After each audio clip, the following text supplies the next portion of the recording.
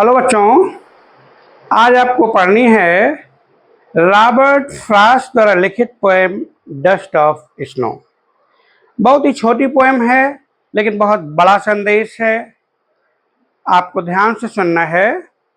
पूरी पोएम को आपको समझाऊंगा और इससे रिलेटेड जो भी क्वेश्चन बनेगा उन सभी क्वेश्चंस की भी एक्सप्लेन करूंगा। आपको वीडियो में शुरू से अंत तक रहना है। मैंने बोला रॉबर्ट फ्रॉस्ट नेचर पोएट हैं और नेचर के विषय में कहा गया है nature is the permanent source of joy. Nature is the permanent source of joy. एक कोटेशन है nature is the permanent source of joy. Second quotation है बेटा there is great harmony between man and nature. आदमी और nature के बीच में बहुत तगड़ी संगति है, बहुत तगड़ा मेल मिलाप है। क्लियर बेटा? आइए पोम दोहराते हैं। पोम है the way of A crow shook down on me the dust of snow from a hemlock tree has given my heart a change of mood and shaped some part of a day I had lived। बेटे आपको देखना है, इसमें दो point हैं, एक है crow और दूसरा है हेमलेक। क्रो माने कौवा और हेमलेक माने एक पॉइजनस ट्री, एक विषैला पेड़। तो इसमें बेटा ये समझना है कि दोनों ही ये नेगेटिव हैं। क्रो भी नेगेटिव है और हेमलक भी नेगेटिव है। क्रो को माना जाता है bad luck, black in colour and harsh voice and symbol of death also. यानी क्रो को माना जाता है कि ये बैड लक वाला है, कलर में काला है, इसकी कठोर आवाज है, सिंबल ऑफ डेथ आल्सो, ये मृत्यु का सिंबल भी है। दूसरा हेमलॉक एक पॉइजनस ट्री है, लेकिन इन दोनों पॉइजनस ट्री से फिर भी पोएट का मूड चेंज होता है। ये बताया गया है कि दोनों ही नेगेटिव चीजें, दोनों ही इनऑस्पियस पॉइंट हमें ऑस्पियस की ओर ले जाते हैं। हिंदी में बोले तो दोनों ही अशुभ बिंदु हमें शुभ की ओर ले जाते हैं, ऐसा ये पोएम दर्शाती है। देखिए poem, the way of A crow shook down on me the dust of snow from a hemlock tree. अब इसमें एक वर्ड डस्ट ऑफ स्नो, थोड़ी सी बर्फ होती तो उसका टुकड़ा होता है, लेकिन इसमें लिखा हुआ डस्ट। तो डस्ट का मतलब है कि पेड़ों पर, पौधों पर जो बर्फ के फोहे जमे रहते हैं उनको बोलते हैं डस्ट ऑफ स्नो। जो थोड़े थोड़े बहुत स्मॉल पार्टिकल्स में बर्फ होती है और जैसे ही हिलते हैं तो वो ऊपर गिरती है। या कहीं आपने पर्वतीय क्षेत्र की यात्रा की होगी तो जो ऊपर कपड़ों में बर्फ जमती है उसको बोलते हैं डस्ट ऑफ स्नो। क्लियर बेटा? अब कह रहे the way of A crow shook down on me the dust of snow from हेमलक tree.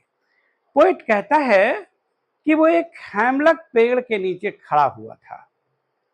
अचानक एक कौवा आया, उस पेड़ के ऊपर बैठ गया और पेड़ के ऊपर कौवे के बैठने से शूक, वो तेजी से हिला। मैंने मीनिंग भी लिखे है बेटे, वे माने मैनर, शूक डाउन माने shook the snow dust down, यानी उसके हिलने से बर्फ नीचे की ओर गिरी। रिउंड माने फेल्ट सैड डीपली, ये नीचे वाली लाइन है। तो कह रहे हैं कि एक कौवा आया, आने के बाद इस पेड़ पर बैठ गया। बैठने के बाद जैसे ही वो बैठा तो वह पेड़ की डाली हिली और उससे थोड़ी सी बर्फ का टुकड़ा, थोड़ी सी डस्ट ऑफ बर्फ उस कवि के ऊपर, उस पोएट के ऊपर गिरी। क्लियर हो गया बेटा? अब आगे कवि कहता है अगले पैराग्राफ में, has given my heart a change of mood and saved some part of a day I had रिव्ड।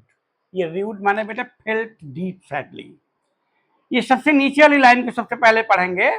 Of a day I had rued, मेरा वो दिन जिस दिन को मैंने पूरी तरह से बर्बाद कर दिया था। मुझे लगा था कि आज का दिन मेरा बिल्कुल भी अच्छा नहीं रहा, आज का दिन मेरा बिल्कुल भी खराब हो गया। Has given my heart a change of mood, मेरे दिल को, मेरे मन को उसने बिल्कुल परिवर्तित कर दिया। ऊपर से बर्फ की जो डस्ट गिरी उससे मेरा मन आनंदित हो गया। क्यों आनंदित हो गया? मैंने सबसे पहले एक कोटेशन बोला था nature is the permanent source of Joy, कि वो जो नेचर है ये परमानेंट सोर्स है जॉय का, उसी से कवि पोएट आनंदित हुआ। दूसरा question, there is great harmony between man and nature, आदमी और नेचर के बीच में बहुत अच्छा मेल मिलाप है, बहुत अच्छी संगति है, बहुत अच्छी बॉन्डिंग है। तो कह रहे कि जैसे ही has given my heart change of mood, उससे मेरा मूड परिवर्तित हो गया, and saved some part of a day I had rued, और मैंने अपने दिन का कुछ पार्ट, कुछ भाग अच्छा बिता लिया। कौन सा भाग? जिस समय पर उस क्रो ने थोड़ी सी डस्ट ऑफ स्नो उसके ऊपर गिराई। बेटे अगर कोई पूछे कि इस पोएम की थीम क्या है, पोएट कहना क्या चाहता है, तो बहुत ही आसान तरीके में आप समझिए, आप लिख भी लीजिएगा, small moment can bring big changes, छोटे छोटे क्षण भी, छोटी छोटी चीजें भी बड़े परिवर्तन लाती है जीवन में, छोटी छोटी चीजें भी जीवन में बड़े परिवर्तन लाती हैं।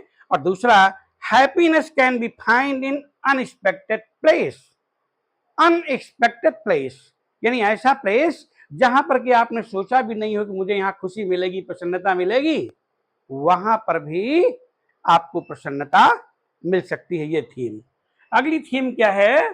Heavenly power of nature, nature का पावर, नेचर की शक्ति स्वर्ग के समान है। मैंने बोला, आपको बार बार दोहरा रहे हैं ताकि आपको याद हो जाए, nature is the permanent source of Joy. Clear बेटा? अब इसमें एक क्वेश्चन बनता है, अब बेटे जैसे क्वेश्चन बनते हैं, मैं जिस तरह के क्वेश्चन एग्जामिनर बना सकता है, सभी तरह के क्वेश्चंस को आपको मैं बताता हूं, आपको ध्यान से केवल सुनना है। एक क्वेश्चन बेटे इसमें बन सकता है, मैंने लिखा what does the crow do, मैं अपने शब्दों में ही आपको बता रहा हूं, what does the crow do, crow क्या करता है?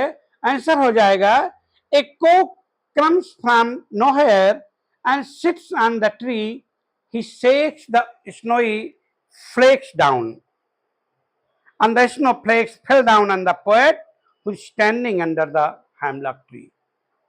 क्लियर बेटा? अगर सरल लिखना है और छोटा लिखना है, एक वो crumbs sits on the tree and shakes the snowy flakes down. Second question है, where was the poet and how did the snow affect him? Poet कहां था और स्नो ने उसे अफेक्ट कैसे किया? अपने शब्दों में भी लिख सकते हैं, फिर भी मैं बता दे रहा हूं। Crow who was sitting on the tree made a shaking moment, the dust of snow fell down on the poet, he was standing under that hemlock tree. बेटे सेकेंड स्टेंजा में बेटे है question, What brought a change of mood in the poet? Answer आपको आ गया होगा, फिर भी हम बता दे रहे हैं। The dust of snow that fell on the poet standing under a hemlock tree uplifted his mood, changed his mood.